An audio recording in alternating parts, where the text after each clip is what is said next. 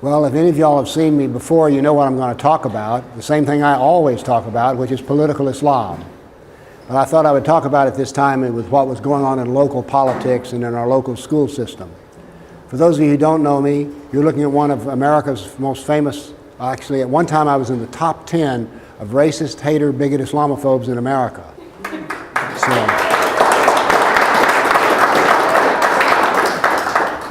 And that ain't easy. But we did it anyway.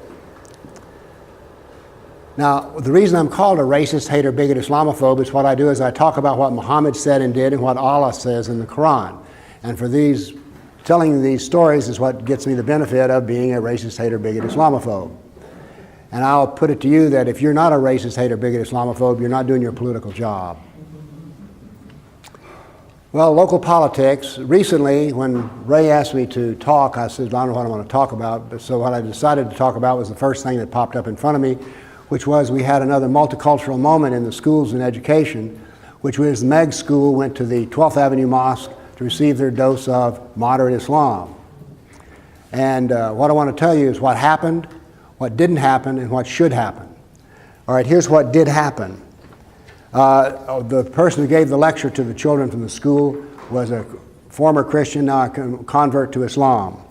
And she tells me that Muslims honor Jesus. They honor that this whole event is about critical thought. Abraham is the prophet of the Jews, Christians, and Islam. They honor all the prophets. And that the children in front of her were her brothers and sisters.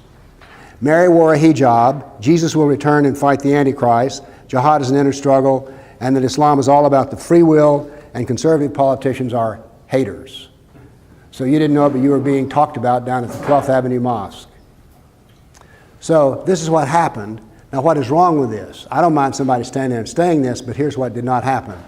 No one stood up and was able to ask her any questions or tell her, you call us your brothers and sisters, and yet there are 12 verses in the Quran which say that a kafir, a non-Muslim, is never the friend of a Muslim. How does this work out? So this is the kind of question that should be asked if this were all about critical thinking and critical learning. Now then, they would also, if they were trained well enough to ask questions, would find out that although a creature called Jesus is in the Quran, his name is Isa, and he is not the Jesus of the Gospels. But no one was able to ask this question, nor did the students even know to ask this question. Nor did they even know to ask the question, if Abraham is the father of your religion, how come the Abraham in the Quran is not the same as the Abraham in the Old Testament? Just a small question, perhaps. Now then, critical thought involves debate. You may remember debates, I don't know. But anyway, debate is involved in critical thought. And sitting there listening to one side of an argument, not the other, is not what is called critical thought. Now then, let's talk about the jihad. That's the J word. She told them that jihad was the inner struggle and that all members of all religions have an inner struggle. Oh, to lose weight, to not lose their temper, or something else. We all have things that we want to correct in our life, and this is the inner struggle. But no one was able to ask her the question, if jihad is the inner struggle, how come in the hadith, which are the traditions of Muhammad, only 2% of the hadith involving jihad are about inner struggle, and 98% of the jihad traditions are about killing kafirs. But no one was there to ask that question. And by the way, on the question of free will, there is a verse or two in the Quran which states that an individual has free will, but 98% roughly of it is, everything is in Allah's hands. So if Allah is determining what I'm to say next in my sentence, where is my free will? Now then, Islam succeeds by the method of not telling lies, but in telling half-truths. There is a similarity to Isa in the Quran with Jesus. It's just that he's not the same person.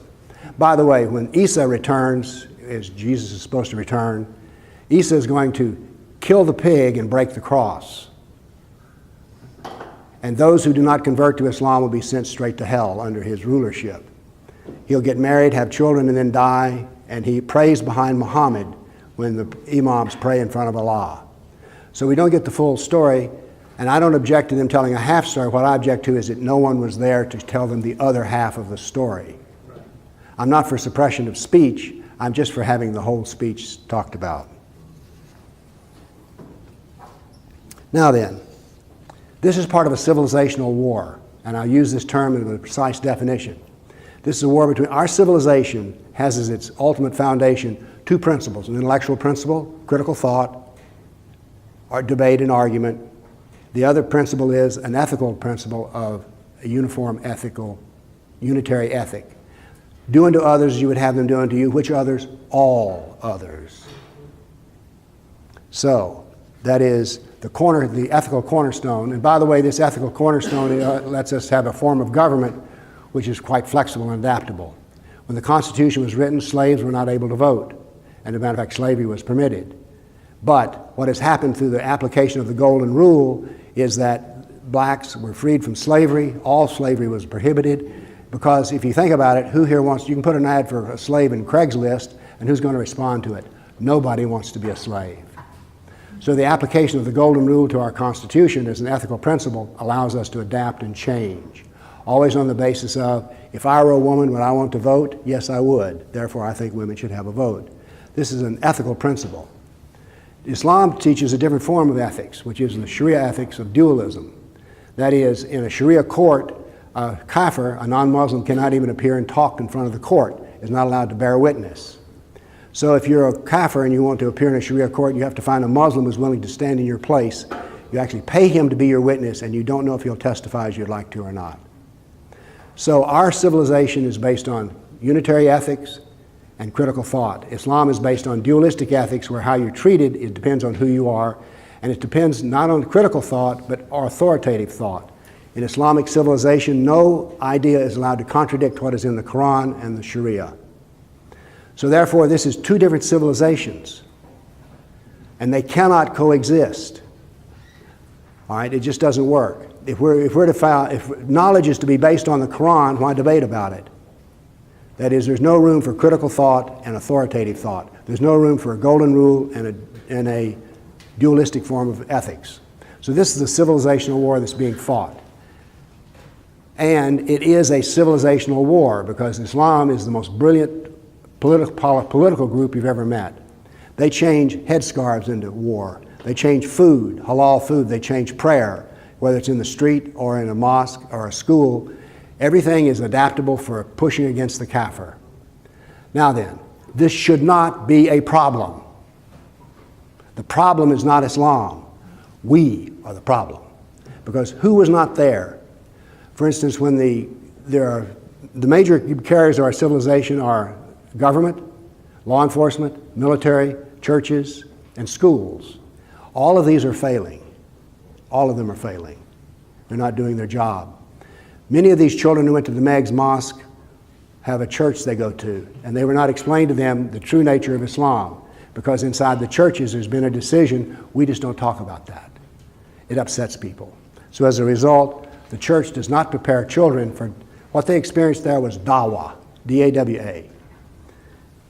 No church teaches the principles of dawah to its congregation. So therefore, children are secretly joining Islam even in the schools because they were not prepared for what they were being told. These children should have been able to stand up and ask questions if they had gone to a church. That's just what I think. But they are not told to do that at church. Now let's talk about, and I call the pastors of most churches being professionally ignorant. They're not just amateur at ignorance. You can read Yahoo News and learn more about Islam than the average pastor will tell you that he knows. Now then, here's a story from what happened in Tennessee at Vanderbilt University to reflect what the churches are doing or not doing. I remember this was an event by the Muslim Student Association, and they brought in an FBI counterterrorism expert. We'll deal more with that in a moment. They also stood and said in front of the audience, the head of the MSA, Muslim Student Association, said, "We have won in Tennessee. All the churches, including the fundamentalist churches, now accept Islam as a form of religion." So the Muslims are telling their own, we've defeated the church in Middle Tennessee. Now then, in this counterterrorism expert, let's talk about what law enforcement is doing and not doing. Let me explain a little bit to you about how the counterterrorism aspect of law enforcement was done in the FBI After 9/11, George Bush said to the FBI, we want 10% of the FBI agents to be put in a new counterterrorism unit. Now then, let's say that you're an agent in charge in Chattanooga. You have agents working under you. FBI agents are difficult to fire and get rid of because they're civil service protected. But now then, you have a way to get rid of the bottom 10% of all your law enforcement agencies in the FBI. So this is the cold, hard truth of what happens to the counterterrorism. Does it seem sensical? Of course it does. Now then, at this same MSA event, there was someone who stood up and asked this counterterrorism expert, says, have you ever read the Hadith? No, didn't know what it was. Have you ever read the Quran? Well, I've had an imam explain some verses to me. So this is what we have in this one Muslim Student Association meeting is we have an FBI agent saying, I don't know, but I'm an expert. And we have the Muslims bragging about the fact that they have defeated the churches in Middle Tennessee. And you know what? I don't think they're bragging. Here's another thing about the churches. Bobby Petray taught me how to do lobbying down at the legislature. You ought to tag along behind her for a while. When she moved, it was a wake.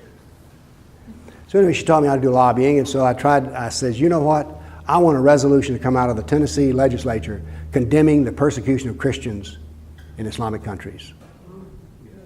So I went to a legislator who was favorable to the cause, gave her my idea, and I wrote it up for her, and she says, this is great. This will be easy to pass.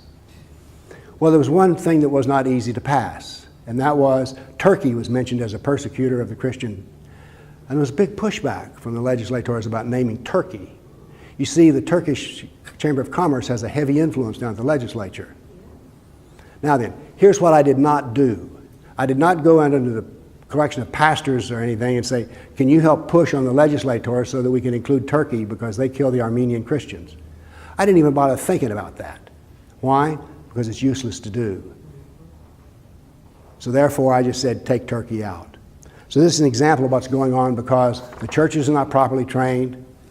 And by the way, there is a story down at the legislature. My little books, which I sell in the back of the room, are little because of being down at the legislature. We were trying to pass a bill that was about Sharia law. And I realized in listening to the senators that they had too much to read. So when I got through with the thing, I went home to call my printer. I says, how many pages are in 1/8 of 1 inch? 62 pages. So I wrote a 62-page Sharia law book. I've sold tens of thousands of them. So when you get down to the legislature, you can learn a lot too that can be very useful to you. And as a consequence, I took all my big books and made little books out of them as well. They outsell them 10 and 20 to 1. So it was not a total loss for me. But do you understand what I'm telling you? That I wouldn't even try to go out and raise the pastor's trouble about a resolution talking about condemning, persecuting of Christians. I wouldn't even think about doing that. Why bother? They don't want to get involved. Do Muslims want to get involved? Oh, yes, they do. Big time. Now then, this was a school event. What should the schools actually be teaching? You're going to be surprised when I tell you I think the schools should teach Quran, Sirah, Hadith, and Sharia. Straight up. You don't even need to comment about it. When you read Surah 4:24 and it says that a Muslim can beat his wife, you really don't need to do a lot of explanation in that. And I think that every child should know that that is possible to do.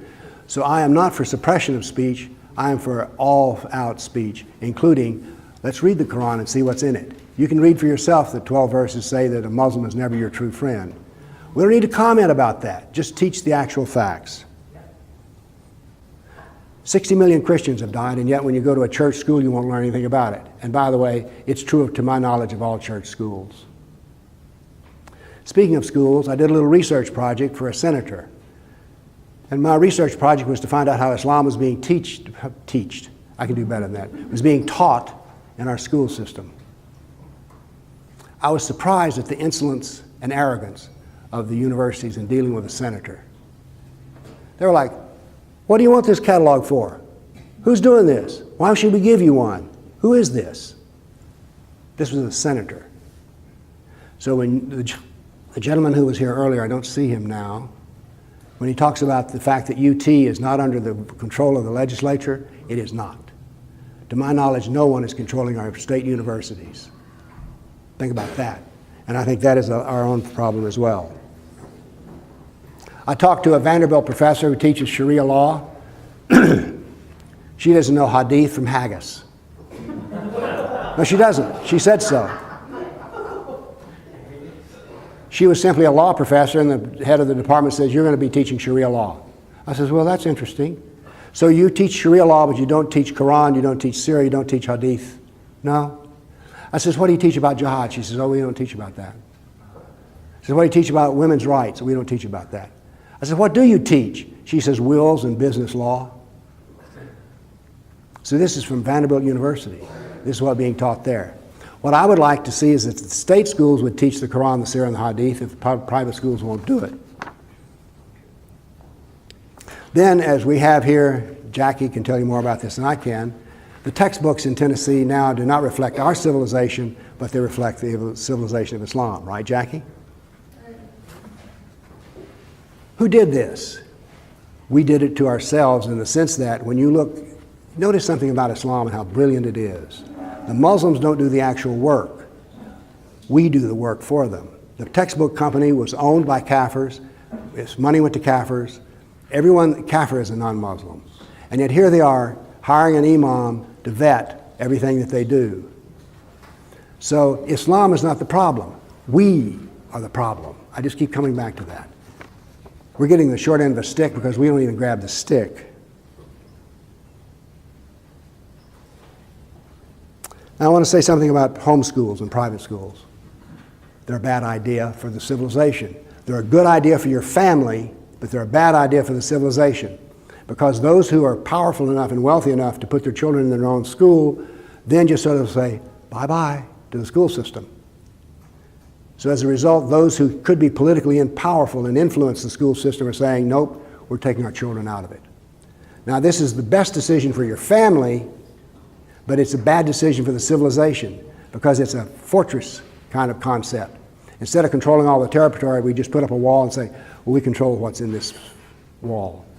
That wall will get smaller and smaller and smaller. Now then, let me tell you something about the media that affects me. Right now, I'm a presence on the web. My idea in doing my business, and by the way, if I'm going to deal with Islam, I have to have a source of money. I'm not paid with taxes. If I'm going to get money, it comes from this. So what I did was I started myself a business on books. The idea was that the web would be a place in which I would try to put in newsletters, I would do videos, it was a level playing field and I could succeed. And I did. I created a quite profitable little book company, not a textbook company, although I do view them as textbooks. Not so much anymore. You know why? Let me tell you what's happening on the web. I invented the term political Islam. And if you put in Google, the actual search engine Google, it used to be 6 months ago that I owned the top 3 screens. I owned it all. It was all my turf. Not so much anymore. 2/3 of those are gone. You think I'm paranoid? Well, of course I'm paranoid, but there's another issue, which is Google has stated as a matter of corporate policy that they will suppress those who criticize Islam and elevate those who praise Islam. So therefore, corporate policy is the playing field is not level anymore. I used to get about 1,000 new members of Twitter every month, now 300. I post on Facebook, and now then I get a peculiar kind of phone call and email from people. Bill, how come you're not putting out a new video every 2 weeks? Oh, I am. Oh, well, I'm a follower of yours on YouTube and Facebook, and I don't get notified. So what they're doing is they're not banning me, they're just cutting off the oxygen. Facebook, Twitter, Google, all of them have entered in. Now, it's not just me in particular. It's anybody who's on the Southern Poverty Law Center's handbook of hater, bigot, Islamophobes. Because the Southern Poverty Law Center has a different concept now. Their first concept was, we'll shame these people, put them on a list. And so it used to be when I was on the Southern Poverty Law Center, it was like finding my name on a truck stop, say, for a good time called Bill. Okay?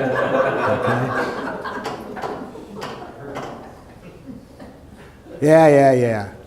But now then the Southern Poverty Law Center has a new idea. Let's drive these bigots out of business. And so they've gone to the Silicon Valley megatrons, megamanias, and they've said, let's put these guys out of business.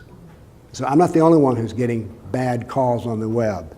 So as a result, I now have to look at another way of selling my books. Let's talk about the military. Jim and I mentioned the dirty word in the military now, because the military is supposed to defend us, right? The dirty word, McMaster. Our military does not study the history of jihad. West Point and Annapolis do not teach the history of jihad. They don't teach the major jihad writers. They should, because you'll find some interesting things to learn. A general in the military, and that includes the Islamic State, sees all combat as virtually civilizational war and a religious war, and that the critical thing is to destroy the enemy's faith. Let's go back to what I was saying about the churches. The churches have committed suicide on their own faith. They're lukewarm. They're neither hot nor cold. And in Islam, that is the first place to try to take down a civilization, is in its religion. But the military doesn't study this. The military studies kinetic war, bullets and bombs. Got nothing against bullets and bombs, but there are other forms of fighting wars. And if all your military is capable of doing is fighting with bullets and bombs, they're going to lose because the enemy's going to defeat them in another method. General Stanley McChrystal, who was for a while under Obama was his top man for Afghanistan, wrote up an entire paper on how to defeat Islam, how to win in Afghanistan, I think that was the title. That was heavily redacted for tactical purposes. That is, personal names were taken out. There were 3 words that did not occur in this document. Those 3 words are Islam, Jihad, and Muslim. You're going to defeat an enemy in the longest lasting war we've had, and you're never going to mention those 3 words. This is not to demean Stanley McChrystal. He probably has never been told about this himself. Or if he knows about it, he knows he can't talk about it. So the military is not doing a good job either. As a matter of fact, the only people who are doing a good job in resisting Islam are rooms filled with people like yourself. Oh, another personal thing, by the way, is an attribute to who I am. There's been recently some talk about one of the things that the FBI used to do is they used to train people like myself and Spencer would write position papers, white papers for the FBI. Then under, was it Bush or Obama? They were pretty much the same on this issue. I forget who it was. No, I mean, I hate to break that to you, but the first man who was fired from being in the military and knowing what Islam was Steve Coughlin. And he was fired under Bush. So anyway, I think that law enforcement should know what Islam is. I think the military should know what Islam is. I think the churches should know what Islam is. I think the average citizen should know what Islam is. And if you do all these things, you'll be like me, you'll become a racist, hater, bigot, Islamophobe. Now, by the way, I laugh at the concept, but this is a very effective weapon. It keeps most people shut up. The average pastor does not want to be seen in print that he is an Islamophobe, although no one can define that term for me. Can you? What is an Islamophobe? Somebody who's afraid of Islam. Me! You're afraid of wife beating and jihad? Torturous death? Me too. Now then, I want to say a couple things about myself, because I can't win this war. I go around to small groups. I go to Europe and I give talks like this, some better, some worse. I can't do this. I mean, who else is beating the bushes on Islam here in Tennessee?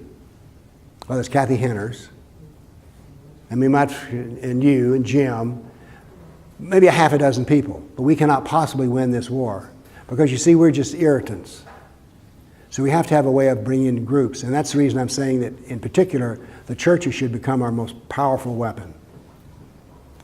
Hey, winning feels good. I recommend it. But the idea of becoming a racist, hater, bigot will suppress most people's opinions. They'll just shut up because they don't want to be called that. Now let me give you a little good news, because everything I've told you here is bad news, and the reason I tell you nothing but bad news is I do not know any good news about Islam in America. I mean, I had some hope when Trump won, but he's turned out to be not so good on the subject other than putting off an occasional irritating tweet. But he chose McMaster to be in charge of basically, what is it, intelligence? What is McMaster's actual rank? National Security Advisor. When your National Security Advisor thinks that there's good Muslims and bad Muslims and that Islamic State are not really Muslims, you're not going to go anywhere. The good news is this. I have an organization in Europe, and there's several attributes it has which this group does not. It's called Center for the Study of Political Islam International, and it's centered in Czech Republic, Slovakia, Poland, Hungary, and Austria. and Germany now. When I talk to them, the room looks very different. They're all under the age of 35. All of them. I'm the oldest man in the room. I usually am the oldest man in the room anyway, but in this case, I'm by far the oldest man in the room. And so I was curious, why is it that in Central Europe, they oppose Islam? Why is it that Orban, who's the head of Hungary, will say, we do not want any migrants, we don't need them? How come they tell the truth in Central Europe? We see Central Europe remembers something called the Soviet Union. They were under the boot heel of the Soviet Union, and the group in Brno, Czech, one man told me the story of how his father could not go to college because he was a merchant under the Soviets. Another man told me how his uncle was killed by the KGB. As they said, we know tyranny.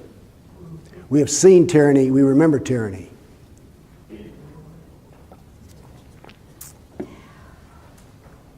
And Islam is tyranny with a God. So there is hope. What's happening is they're translating my books into foreign, my books like Sharia law for non-Muslims have been translated into 20 languages now.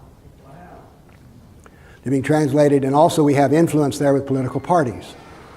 Not fringe elements like this, meeting at a fairground, but meeting in legislative plazas. I gave a talk to the AfD, which is now the third-ranking party in Germany, to their executive committee, and the title of the talk was Using Proper Language. And I gave them a talk on how to talk, not about Muslims, but about Islam, political Islam, not religious Islam, how to talk about the principles of Islam and its political principles.